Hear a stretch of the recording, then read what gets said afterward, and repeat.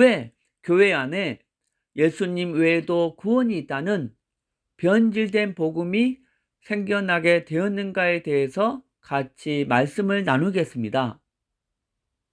바로 원색 복음을 강조하지 않았기 때문입니다. 창세기 3장에서 아담과 하와가 사탄에게 속아서 죄를 짓고 하나님을 떠나므로 이 땅의 모든 문제가 시작되었습니다.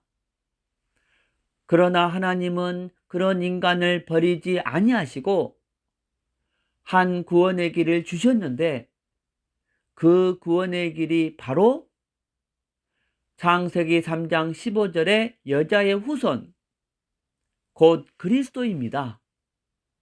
그러므로 창세기 3장 때부터 예수님이 오시기 전까지 구원의 길은 그리스도였습니다. 그런데 예수님이 오신 후부터 지금까지 구원의 길도 역시 그리스도입니다. 변하지 않았습니다. 그리스도는 여전히 하나님이 인류에게 주신 유일한 구원의 길이십니다.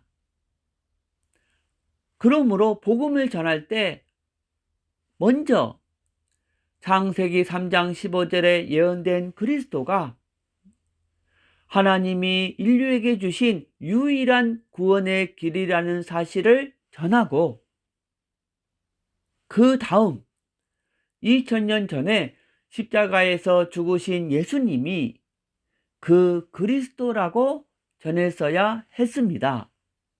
그런데 유일한 구원의 길이신 그리스도보다 2000년 전에 태어나신 사람으로서의 예수님을 더 강조해서 변질된 복음이 생겨나게 된 것입니다.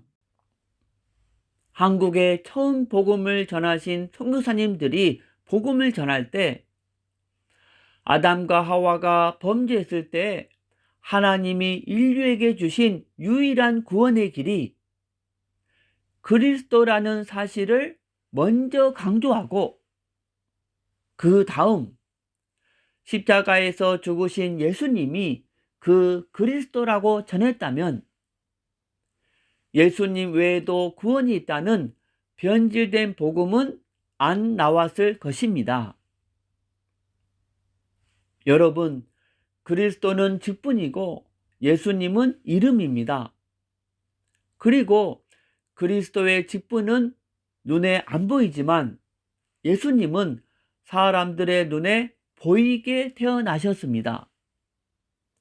사람의 본능은 눈에 안 보이는 것보다 눈에 보이는 것을 쫓아가게 되어 있습니다. 그런데 여러분, 눈에 안 보이는 것과 눈에 보이는 것 중에서 어느 것이 더 중요합니까? 당연히 눈에 안 보이는 것이 더 중요합니다.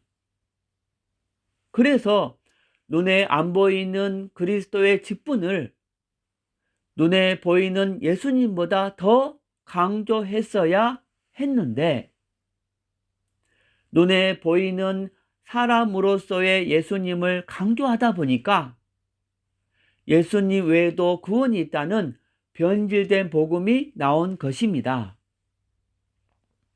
성경에 예수님이 좋은 말씀을 전하고 기적을 행했다는 것이 기록되어 있는 것처럼 불교, 이슬람 경전에 석가모니 마호메트도 좋은 말씀을 전하고 기적을 행했다고 기록되어 있습니다.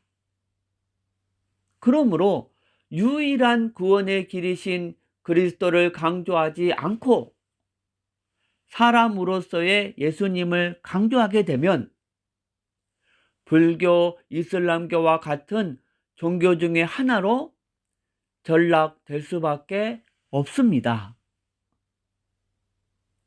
그러므로 기독교 안에 변질된 복음을 막기 위해서는 먼저 아담과 하와가 사탄에게 속아서 죄를 짓고 하나님을 떠난 이 세 가지 근본 문제 때문에 이 땅의 모든 문제가 시작되었다는 사실을 강조해야 합니다.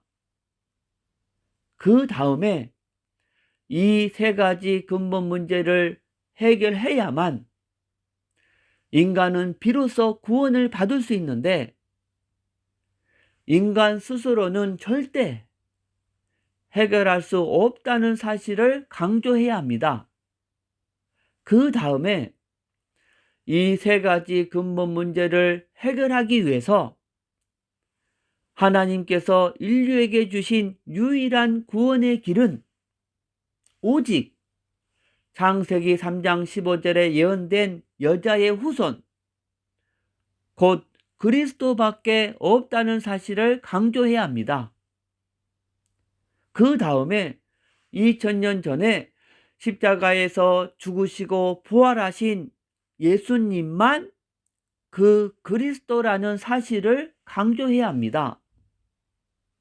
그런데 위의 세 가지 근본 문제도 또 그리스도도 강조하지 않고 곧바로 사람으로서의 예수님을 강조하니까 변질된 복음이 나온 것입니다.